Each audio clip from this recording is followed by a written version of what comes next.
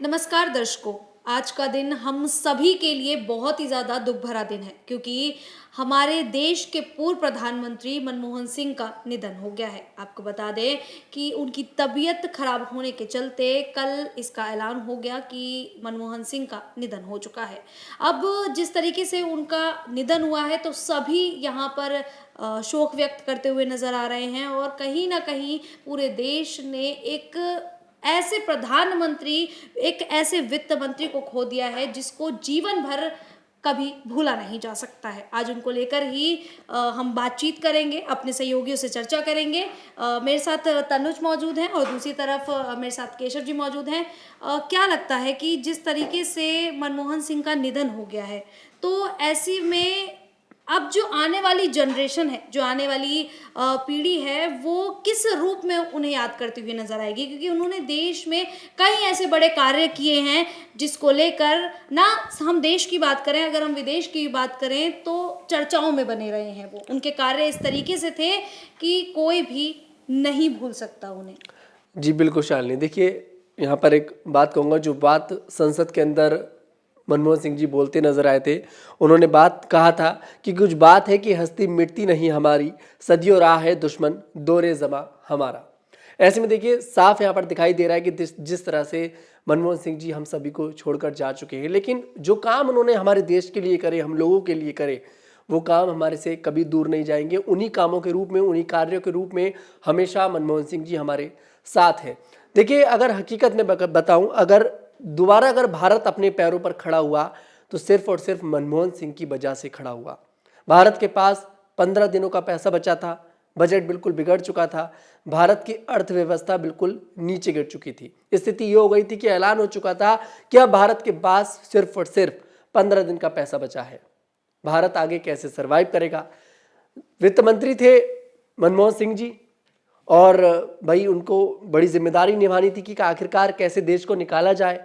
यहाँ पर बजट लेकर आए और एक ऐसा बजट लेकर आए जिसने सभी को दंग कर दिया। यहाँ पर देश को उस परिस्थिति से निकाला। 1991 की बात है, वित्त मंत्री थे वो, और उस बजट को देखिए, ऐसा बजट कहा जाता है शालिनी कि उसको हमेशा दुनिया याद रखेगी, क्योंकि उसने एक नए भारत को जन्म दिया। क्योंकि यहाँ पर विदेश में निवेश करने का भी उन्होंने मौका दिया और तमाम ऐसी चीज़ें थी। मैं आगे चलकर बताऊंगा आपको कि आखिरकार क्या क्या उन्होंने देश के लिए करा। लेकिन सबसे वाकई में चौंकाने वाली बात है कि जिस तरह से वो बजट लेकर आए, क्योंकि सभी लोगों को लग रहा था कि अब हम लोग दिवालिया हो चुका था हमारा देश, लेकिन सबसे बड़े देश के इकोनॉमिस्ट थे।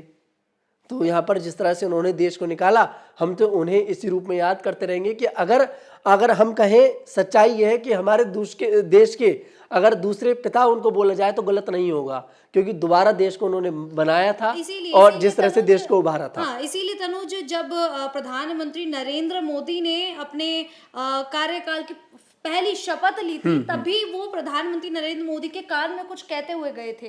वो कहते हुए गए थे कि हमने इस देश की अर्थव्यवस्था को ऐसे संभाला है, अब आगे इसका कार्यभार आपको देखना है। केशव जी, क्या लगता है कि अब जिस तरीके से उनका अचानक से निधन हो जाना कहीं ना कहीं पूरे देश के लिए एक बड़ा झटका भी साबित हो रहा है, तो आपको क्या लगता है कि जो आने वाली जनरेशन है और किस रूप में उन्हें याद करती हुई नजर आएगी? शालिनी, वो शख्स नहीं शख्सियत था, वो रहा नहीं रहनुमा था। वो था जिसने देश को आर्थिक संकट से उभारा, जिसने युवाओं को राह दिखाई। आज आप कई राजनेता देखिए, यूपीए की सरकार देखिए, एनडीए की सरकार देखिए, तमाम क्षेत्रीय दल को देखिए, एक नेता मात्र आपको ऐसा नहीं मिलेगा जो प्रधानमंत्री रहे हैं नरेंद्र मोदी के पहले, डॉक्टर मनमोहन सिंह, उनके बारे में कोई अपशब्द बोलता नजर आए। लिहाजा जब जब वो पार्लियामेंट में बोले, जब जब हमने वो गूंज पूरे देश में सुनी और यहाँ तक कि पूरी दुनिया ने उसे सराहा। इसके साथ ही जब आखिरी बार वो व्हील चेयर पर पार्लियामेंट पहुँचे थे, मुझे याद है आज भी वो वाला दिन, बड़ा गमगीन दिन था। हर न्यूज़ चैनल की हेडलाइन में पूर्व प्रधानमंत्री की फ़ोटो दिख रही थी।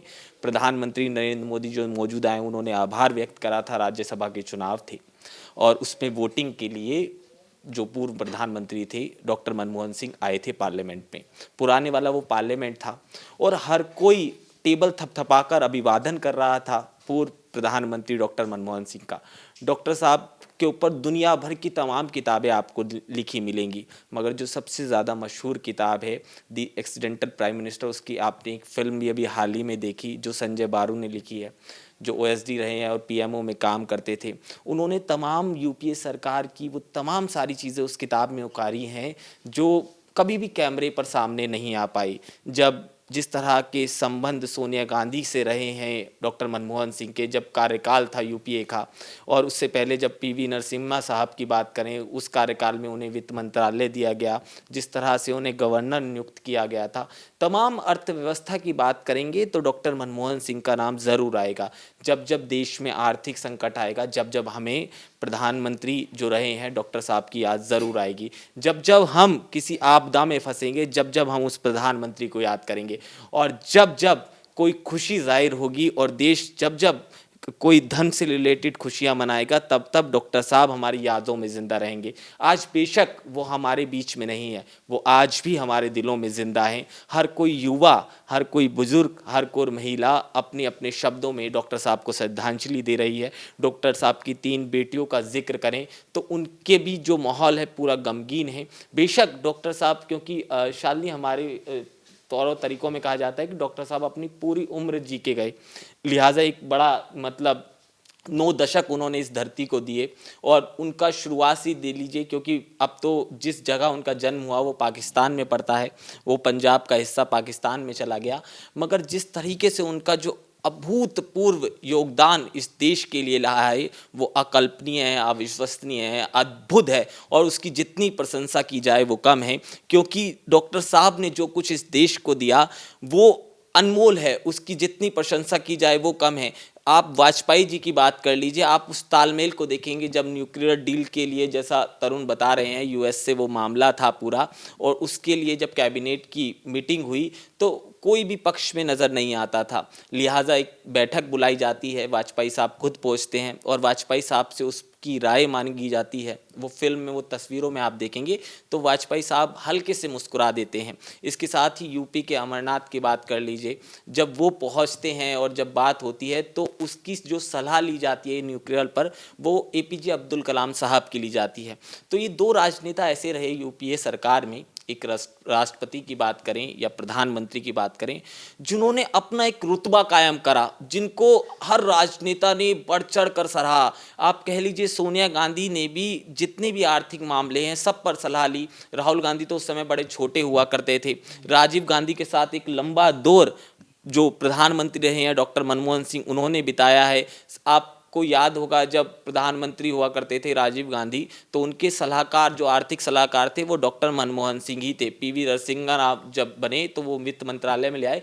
तो शालिनी तमाम ऐसी चीज़ें हैं। तो मतलब केशव जी, हम ये कह सकते हैं कि सोनिया गांधी ने जो 2004 में निर्णय लिया था कि उन्होंने खुद प्रधानमंत्री की जो गद्दी है वो नहीं संभाली और मनमोहन सिंह को यहाँ पर प्रधानमंत्री बनाया गया, तो ये निर्णय कहीं ना कहीं हमारे भारत देश के लिए काफ़ी सही साबित रहा। बिल्कुल, उस समय हम बड़े छोटे हुआ करते थे। ये किस्से शालिनी हमने पिताजी से सुने। आपने 2004 की बात थी और सरकार यूपीए की थी, तमाम क्षेत्रीय दल उसमें शामिल थे, तो पूर्ण बहुमत की सरकार उस तरह से नहीं थी।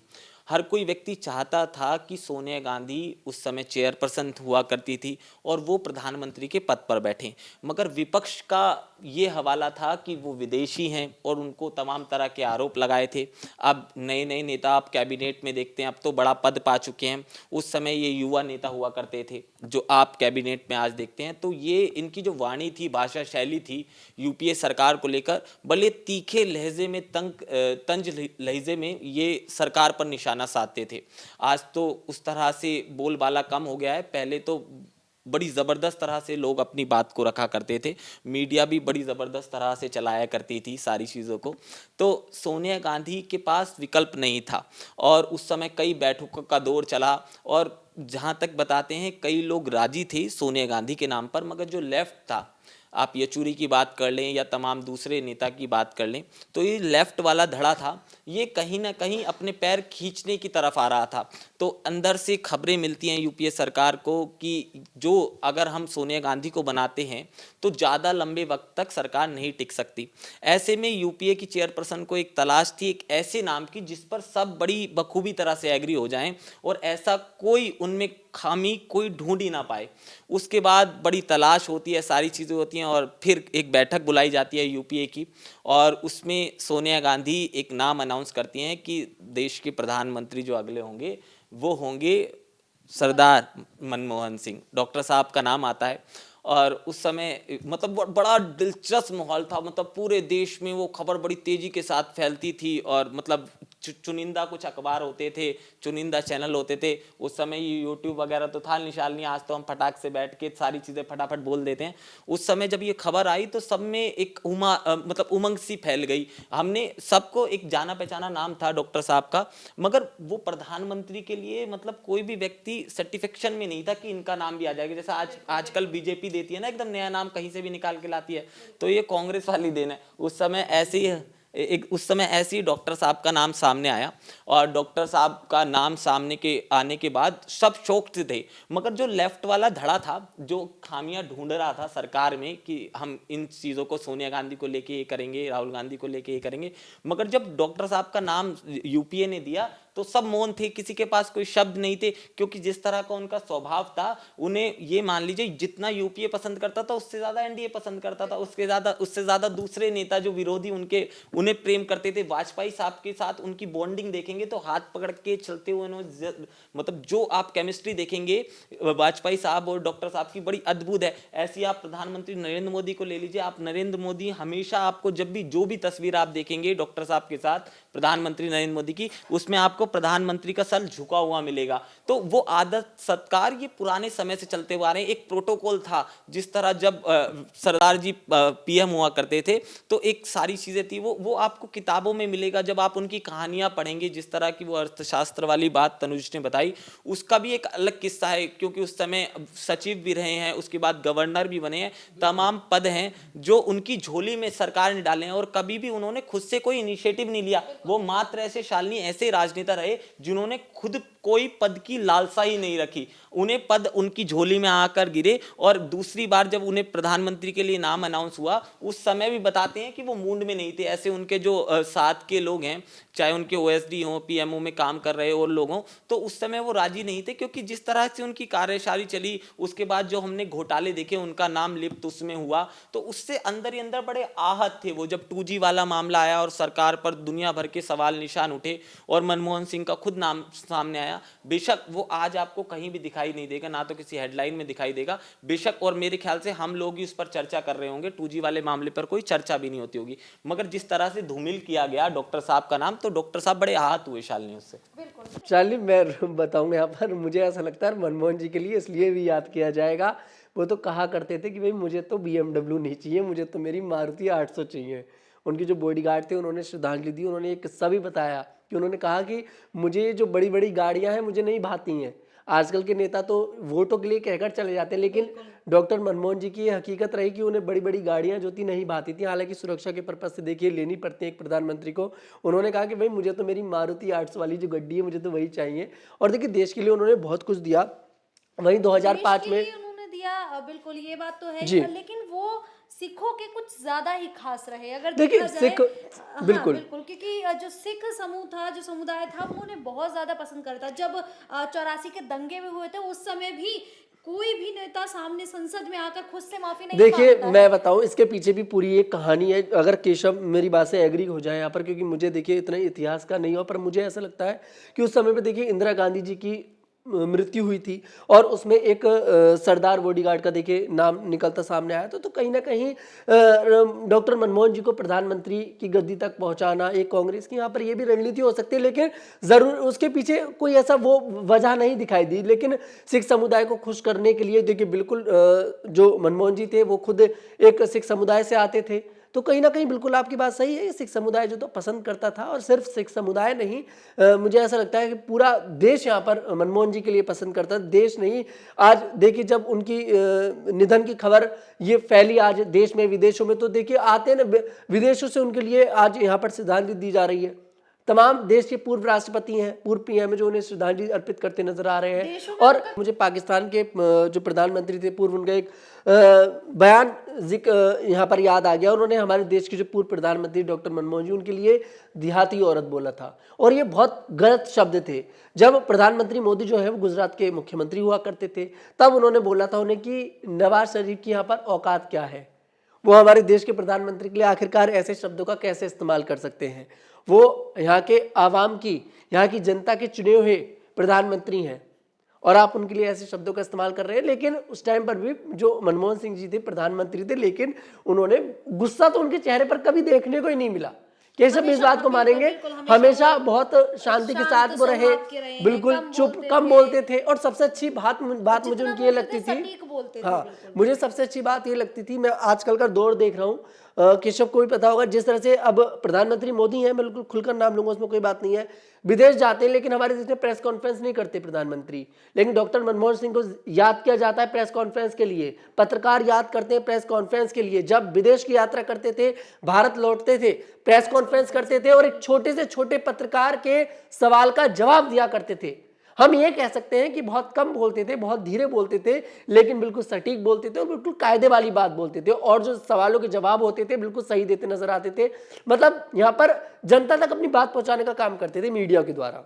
बिल्कुल, ये तो है ही। साथ में अभी हाल में देखा भी जा रहा है कि जिस तरीके से अभी डॉक्टर मनमोहन सिंह का निधन हो गया है, तो इसको लेकर विदेशों में भी चर्चाएं चल रही है। खास करके वो जो 1991 का जो मामला सामने आया था, जो आर्थिक संकट आया था, उसको लेकर विदेशों में चर्चाएं चल रही हैं कि किस तरीके से वित्त मंत्री का पद संभालते हुए उन्होंने वो आर्थिक संकट से पूरे भारत देश को बाहर निकाला था। तनुज और केशव, आपसे दोनों से मैं ये जानना चाहूँगी कि जिस तरीके से 1991 में मनमोहन सिंह ने पूरी अर्थव्यवस्था को संभाला था, जिस तरीके से आपने शुरू में बताया था कि केवल 2 सप्ताह का हम कह सकते हैं कि यहाँ पर जो विदेशी मुद्रा थी वो बची थी, और किस तरीके से उन्होंने पूरा माहौल को संभाला था, और विदेशों में यही बात याद भी की जा रही है। इसके बाद अगर देखा जाए तो 2008 में भी यहाँ पर वित्त की जो संकट था वो आ रही थी, विदेशों में वैश्विक वहाँ पे नौकरियां जा रही थी, भारत में भी कई नौकरियां जा रही थी। मतलब हम कह सकते हैं कि इतना संकट था, उसके बावजूद भी मनमोहन सिंह ने जिस तरीके से 2008 में भारत की स्थिति को संभाला था, तो जो अमेरिका के प्रधानमंत्री हैं वो भागते भागते आए थे मनमोहन सिंह के पास, ये जानने के लिए कि आखिरकार इतना बड़ा जो संकट था, वित्त संकट था, उससे भारत कैसे अनछुआ रह गया, भारत किस तरीके से अपने आप को इस संकट से बचाता हुआ नजर आया। तो वो कहीं ना कहीं वो जो तकनीक थी वो जानने के लिए अमेरिका के यहाँ पर प्रधानमंत्री भारत में आए थे। तो क्या लगता है कि जिस तरीके से उन्होंने वित्त मंत्री के तौर पर पद संभाला था, क्या लगता है कि उनकी तरीके से अगर देखा जाए तो कोई ऐसा प्रधानमंत्री या कोई भी ऐसा वित्त मंत्री अब हो सकता है जो हमारे भारत देश को आगे बढ़ा सकता है? शालिनी, हर किसी में एक खूबी होती है। डॉक्टर साहब में अलग खूबी थी, मौजूदा वित्त मंत्री निर्मला सीतारमण की बात करी जाए उनमें अलग खूबी है। वो GNU से पढ़ी हुई हैं, एक बड़ी काबिल मतलब राजनेता के तौर पर उन्हें देखते हैं। जिस बात का आप जिक्र कर रही हैं, उस साल हमने देखा कि बराक ओबामा का आप जिक्र कर रही हैं, वो किस तरह से उन्होंने हिंदुस्तान का दौरा किया। और हमने देखा आज बेशक मतलब बराक ओबामा, जब विदेश नीति की बात होती है तो जिस भी आप प्रधानमंत्री हो या मौजूदा जो कैबिनेट का मंत्रिमंडल ले लीजिए, तो उससे संबंध हमें दिखते हैं कि कितने जटिल हैं विदेशी मतलब मंत्रियों के, या कितने अधूरे हैं।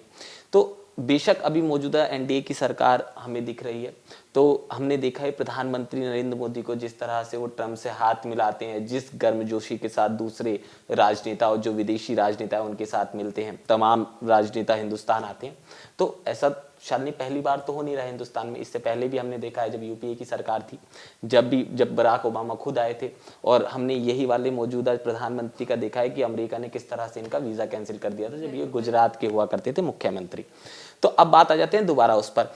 तो डॉक्टर साहब के फैंस मतलब पूरी दुनिया में आपको मिलेंगे, और जो बच्चे इकोनॉमिक्स पढ़ रहे हैं उनके लिए मोटिवेशन का काम डॉक्टर साहब करते हैं।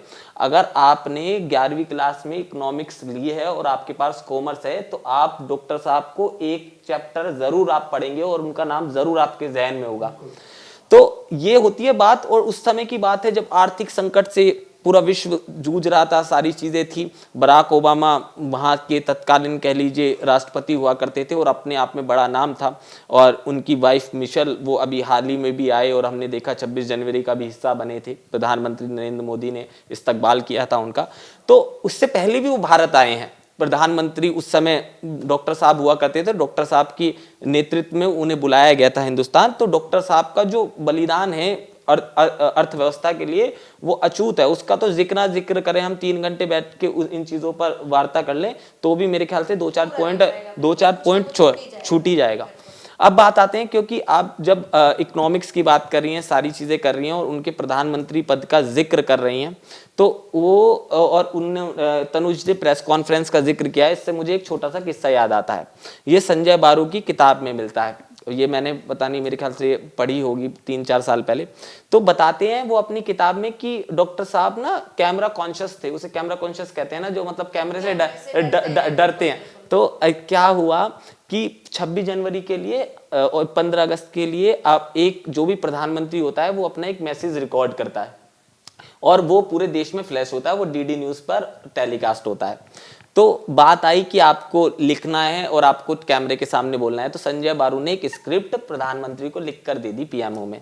अब डॉक्टर मनमोहन सिंह उस स्क्रिप्ट को लेके बैठते हैं और उसमें संजय बारू अपनी किताब में लिखते हैं कि वो कम से कम 40 से 50 फंबल मारते हैं। तो बार बार वो अटक जाते हैं और वो सबसे बड़ी बात शुद्ध हिंदी में होती है। तो प्रधानमंत्री आप देखते हैं तो शुद्ध हिंदी में। अब डॉक्टर साहब ठहरे हमारे अंग्रेजी वाले व्यक्ति, तो वो अब जब वो बोले तो जब उस लेकिन केशव जी, उनके देखा जाए तो उनके जो ज़्यादातर भाषण रहे हैं वो उर्दू लैंग्वेज में भी रहे हैं। उर्दू भाषा का उपयोग भी बहुत किया गया है। हिंदी में सही थे, सजग थे, लेकिन उर्दू स्क्रिप्ट वगैरह उन्हें ज़्यादा दी। हाँ, मतलब वो नहीं, बीच में तो बहुत ज्यादा प्रोफेशनल हो गए थे डॉक्टर साहब, शायराना अंदाज ज्यादा रहता था। वो सुषमा स्वराज का आप जिक्र कर रहे हैं और शायराना अंदाज। उन्होंने सुषमा स्वराज पार्लियामेंट में बैठी थी, उस समय विदेश मंत्री नहीं थी वो। उस समय उन्होंने बोला था पार्लियामेंट में विपक्ष में बैठ के कि तू इधर उधर की ना बात कर, ये बता काफिला कहाँ से लुटा। तो डॉक्टर साहब ने बड़े शायराना अंदाज में उन्हें जवाब दिया था। तो डॉक्टर साहब को हम एक गंभीर वाले नेता के तौर पर देखते हैं, मगर पूरा सदन हंसने लगा था केशव आज ही। कभी कभार डॉक्टर साहब भी ऐसे वाले काम कर जाते थे जो मतलब सदियों तक याद रहेंगे। तो खैर, अब वो जब वो कैमरे पे कर रहे थे, संजय बारू अपनी किताब में लिखते हैं तो कई बार उन्होंने फंबल किया और अंत में वो संजय बारू से पूछते हैं कि सिंधिया, पता नहीं संजिया क्या कहा करते थे वो उनको प्यार से। तो वो पूछते हैं कैसा हुआ, तो डॉक्टर साहब कह रहे कि मतलब उन्होंने डॉक्टर साहब से कहा कि कह रहे डॉक्टर साहब इससे बुरा नहीं हो सकता कुछ भी। तो उस बात पे बड़ी हंसी बनी और फिर डॉक्टर साहब ने बताते हैं वो 3 से 4 घंटे में वो 5 मिनट का एक टेप रिकॉर्ड। शानो शौकत का बिल्कुल भी कह ले केशव शौक नहीं था बहुत। मैंने जैसे वही मारुति आर्ट्स वाला जिक्र करा और भी कई सारे ऐसे जिक्र हैं। बहुत शांत स्वभाव के व्यक्ति थे। पीएमओ में भी वो जाते थे और पीएमओ में बैठते थे तो हर कोई उनसे बड़ी शालीनता के साथ मिल लेता था। और आजकल तो पीएमओ में घुसने के लिए बड़े प्रोटोकॉल हो गए हैं, तो उस समय तो बड़ी सहजता होती थी सारी चीजें और प्रधानमंत्री से आप आम व्यक्ति भी मुलाकात कर लेता था। आज भी आम व्यक्ति मुलाकात कर लेता है, मगर उस समय बड़े सरल था सारी चीजों से। आजकल तो दुनिया भर की एनएसजी प्रोटोकॉल, उसके बाद पैरा कमांडो, दुनिया भर की चीजें हम देखते हैं। उस समय मतलब प्रधानमंत्री जो डॉक्टर साहब जब तक रहे तो उनका जुड़ाव ना जनता के साथ शालिनी सीधा रहा। मतलब जाते जाते किसी के कंधे पे हाथ रख दिया और पूछ लिया। और सिख की बात कर रहे हैं आप, तो हमने देखा डॉक्टर साहब से बड़ी डॉक्टर साहब की ना छवि एक गलत बनाई गई लोगों के द्वारा। हमने पार्लियामेंट में बहुत सारी चीजें गलत सुनी और जिस तरह से सोशल मीडिया ने ये बनाई गई कि रोबोट हैं, ये सारी चीजें हैं। सोनिया गांधी ने पदभार दे तो दिया, लेकिन पीछे से सोनिया गांधी ही कहा। वही मैं बता रहा हूँ आपको कि वो जो छवि बनाई गई वो उसने डॉक्टर साहब को धूमिल किया, क्योंकि नया नया वो सोशल मीडिया का ट्रेंड आया था उस समय। ये फेसबुक वगैरह पहले से तो थे, मगर ये नए नए अस्तित्व में आए थे, फेसबुक, ट्विटर और नई नई वीडियो बनानी शुरू हुई थी। और मतलब मौजूदा सरकार का IT सेल बड़ा मजबूत है, तो उन्होंने बड़ी सारी चीजें डॉक्टर साहब के लिए लिखी, बड़ी सारी चीजें कही। उसके बाद डॉक्टर साहब पे आरोप भी लग गए। उसके बाद डॉक्टर साहब का जो स्वास्थ्य था वो धीरे धीरे गिरता चला गया। धीरे धीरे हमने देखा मतलब उसके बाद डॉक्टर साहब उभर नहीं पाए और बीच में एक अफवाह भी आई कि डॉक्टर साहब को ये हो गया, वो हो गया, तमाम तरह की चीजें। मगर उस समय साकुशल थे। मगर उसके बाद दुख इस बात का कि हमने एक लंबे समय से डॉक्टर साहब को चलते हुए नहीं देखा। हमने जो आखिरी उनकी पिक्चर देखी है वो भी व्हील चेयर पे देखी है। तो डॉक्टर साहब एक लंबे समय से बीमार थे, मगर जब जब राजनीति में परिधान की बात होगी, जब जब समानता की बात होगी, जब जब बात होगी कुशल कार्य के लिए, जब जब डॉक्टर साहब का नाम सुनहरे अक्षरों में लिखा जाएगा, सुनहरे अक्षरों में हम डॉक्टर साहब को याद करेंगे, हमारे युवा डॉक्टर साहब से बड़ी जबरदस्त तरह से प्रेरणा लेंगे और साथ ही डॉक्टर साहब एक ऐसे राजनेता बन के उभर के आएंगे। डॉक्टर साहब हों, उसके बाद एपीजे अब्दुल कलाम हो, पीवी नरसिम्हा राव हो, उसके बाद क्योंकि तमाम ने देखा, हमने पिछले उप प्रधानमंत्री राष्ट्रपति पर भी देख लीजिए, तमाम मतलब जो भी बेशक आप संवैधानिक पद पर बैठे हो, चाहे तमाम राज्यपालों, दिल्ली वाले राज्यपाल का जिक्र कर लीजिए, तो कहीं ना कहीं उन पर भी तंज कसते हुए राजनेता नजर आते हैं। जो राजनेता बनना बहुत आम है, उसके बाद सफल बनना बहुत आम है, मगर अपनी छवि को साफ रखना और हर कोई आपका गुणगान करे, कहा जाता था कि वो बेदाग माने जाते थे। अभी के नेताओं की अगर बात कर ली जाए तो किसी ना किसी पे किसी ना कोई भी मामला लेके चल ही रहा होगा यहाँ पर। एक छोटी सी एक मिनट का किस्सा हो रहा है शालिनी। राहुल गांधी का जन्मदिन था और प्रधानमंत्री उस समय डॉक्टर साहब हुआ करते थे। तो बताते हैं, वो एक किताब में जिक्र है, वो भी मैंने पढ़ी है। तो उसमें डॉक्टर साहब, राहुल गांधी पीएमओ पहुंचते हैं और डॉक्टर साहब का उन्हें जो डेलीगेशन था वो रोक देता है, जो सिक्योरिटी होती है। तो वो पूछते हैं राहुल गांधी ने समय लिया है, तो ऐसा डायरी में कोई नोट नहीं था कि प्रधानमंत्री से जब भी आप मिलते हैं तो आपको समय लेना पड़ता है, ये एक प्रोटोकॉल है। तो राहुल गांधी गए और उसके बाद उन्होंने कहा कि आप जब उनके जो भी उस समय ओएसडी हुआ करते थे और पीएमओ से जुड़े जितने भी सिक्योरिटी सर्विस थे या उनके आसपास के पीए, सेकंड पीए, असिस्टेंट पीए, दुनिया भर की चीज़ें, तो उन्होंने बताया कि राहुल गांधी मिलने आए हैं आपसे, मगर उन्होंने समय नहीं लिया। तो प्रधानमंत्री उस समय के उनके शब्द थे कि क्या ही फर्क पड़ता है वो समय ले ना ले। तो यूपीए सरकार ने भी प्रधानमंत्री को थोड़ा एक डेंट किया उन पे, मतलब जिस तरह से उनको फ्रीडम मिलना चाहिए था एक प्रधानमंत्री पद में, और जिस तरह से, क्योंकि हमने देखा जब उन्होंने लिस्ट दी थी, जब भी कोई मंत्री पद ग्रहण करता है, मंत्री बनता है या फिर सांसद आप बनते हैं या विधायक बनते हैं, तो आप अपने कुछ लोगों को अपने आसपास रख सकते हैं, चाहे फिर वो ड्राइवर हो या फिर आप अपना एक पर्सनल पीए रख सकते हैं। 2-3 लोगों की सरकार आपको इजाजत देती है और जब आप मंत्री बन जाते हैं तो सरकार, जो आपका ओएसडी होगा वो सरकार की तरफ से दिया जाएगा। एक पीए आप अपना निजी तौर पे रख सकते हैं। वो इसलिए होता है क्योंकि वो आपसे सुरक्षा से जुड़ा हुआ मामला होता है। आप कहते हैं कि परिवार के 1-2 व्यक्ति मेरे आसपास रहे, उनकी तनख्वाह सरकार देती है। तो ऐसे ही प्रधानमंत्री जब वो बने तो उन्होंने एक लंबी चौड़ी लिस्ट दी, क्योंकि प्रधानमंत्री को तो लिस्ट भी बहुत लंबी होती है। तो जब तक वो लिस्ट बताते हैं कि वो 10 जनपद से पास हुई, तो और 10 जनपद से जब पास हुई तो उसमें बहुत सारे नाम काट दिए गए। 10 जनपद वही है जहां सोनिया गांधी जी रहती हैं। तो बताते हैं उनके जो खास लोग थे उनको हटा दिया गया और डॉक्टर साहब के आसपास जो ब्यूरोक्रेसी की लॉबी रखी गई, जितने आईएएस आईपीएस ऑफिसर थे जो डॉक्टर साहब के इर्द गिर्द रखे गए। उस समय अहमद पटेल सोनिया गांधी के बड़े खास हुआ करते थे और अहमद पटेल का काम था पीएमओ और 10 जनपद में सामंजस्य बैठाना कि 10 जनपद की खबर पीएमओ को लेके जानी और पीएमओ की खबर 10 जनपद को लेके जानी। और इस बात से डॉक्टर साहब में भी मन बड़ा खटास हुआ। डॉक्टर साहब के जो ओएसडी थे संजय बारू, उनका भी मन उदास था, क्योंकि लोग बाग चाहते थे और पीएमओ चाहता था कि क्योंकि डॉक्टर साहब जैसा प्रधानमंत्री हमें फिर नहीं मिल सकता था। ये बात हर कोई भली बात ही जानता था, पढ़ा लिखा व्यक्ति। मगर जब इंटरफेरेंस देखते थे हम 10 जनपद का जबरदस्त तरीके से, जैसे मैंने आपको बताया राहुल गांधी बिना समय लेने गए और उनके बाद उनकी मुलाकात भी हुई, तो प्रधानमंत्री से मुलाकात करना इतना सरल था, मगर ये 10 जनपद के लिए ही था। तो मतलब वो जो अहमद पटेल ने वो भूमिका निभाई, उसके बाद बहुत सारी चीजें हुई और कई प्रेस कॉन्फ्रेंस के लिए मना करा गया और कई मुद्दों पर मुखर होकर बोले। न्यूक्लियर डील पर यूपीए में भी कई सामंजस्य नहीं बैठ रहा था। यूपीए चाहता था कि प्रधानमंत्री इस बात पर शांत रहें और लेफ्ट भी यही चाहता था और यूपीए चाहता था कि, क्योंकि यूपीए को पता था कि लेफ्ट ने अपनी टांग खींची तो हमारी सरकार गिर जाएगी। अब 400 सीटें तो आ नहीं सकती थी उस समय, तो 400 सीटें तो खैर आज भी नहीं आती, मगर उस समय तो बड़ा मुश्किल हुआ करता था। क्या तनुज, उस समय तो बड़ा 400 सीटों वाला 400 पार वाला नारा केशव, अब 400 पार बोले मुझे याद आ गई अभी वाली। अभी भी 400 पार तो बहुत उस मुश्किल समय रहता है। वो यूपीए को डर था कि कोई भी जो सहयोगी दल है उसका टांग खींच लेता है तो सरकार बड़ी गंभीर स्थिति में आ जाएगी। मगर उस समय जो वाजपेयी जी ने साथ दिया, वो मतलब उसको डॉक्टर साहब मेरे ख्याल से आज जहां कहीं भी होंगे तो वाजपेयी साहब को और डॉक्टर साहब साथ में ही होंगे, लिहाजा तय है। तो आज भी वो गुनगुना रहे होंगे इन सारी बातों को और याद कर रहे होंगे अपने पुराने दिनों को।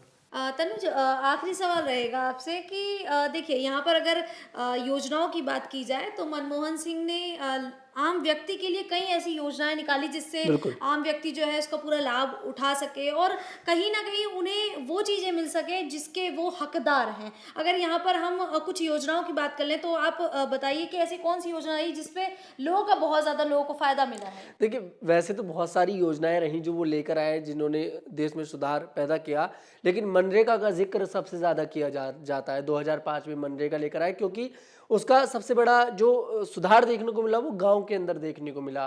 गांव में प्रत्येक परिवार का जो भी व्यक्ति होगा उसे 100 दिन का मतलब एक तरह से नौकरी दी जाएगी उसके लिए। तो यहाँ पर ये समझना बहुत ज़्यादा ज़रूरी है कि अगर उस समय में सरकार एक तरह से 100 महीने का मतलब आप 3 महीने की नौकरी मान लो, 3 महीने की नौकरी परमानेंट आपको सरकार की तरफ से दी जा रही है, उससे आपके पास थोड़ा पैसा भी आ रहा है। उस समय देखिए बहुत ज़्यादा 1 रुपए की वैल्यू भी, 10 रुपए की वैल्यू भी बहुत होती थी केशव में, उस अगर समय उस है समय ना, तो बहुत बहुत होती थी। बहुत वैल्यू होती थी उस टाइम में। तो अगर सरकार की तरफ से इस तरह की हेल्प करी जा रही थी तो इससे क्या हो रहा था, गांव तक विकास पहुंच रहा था।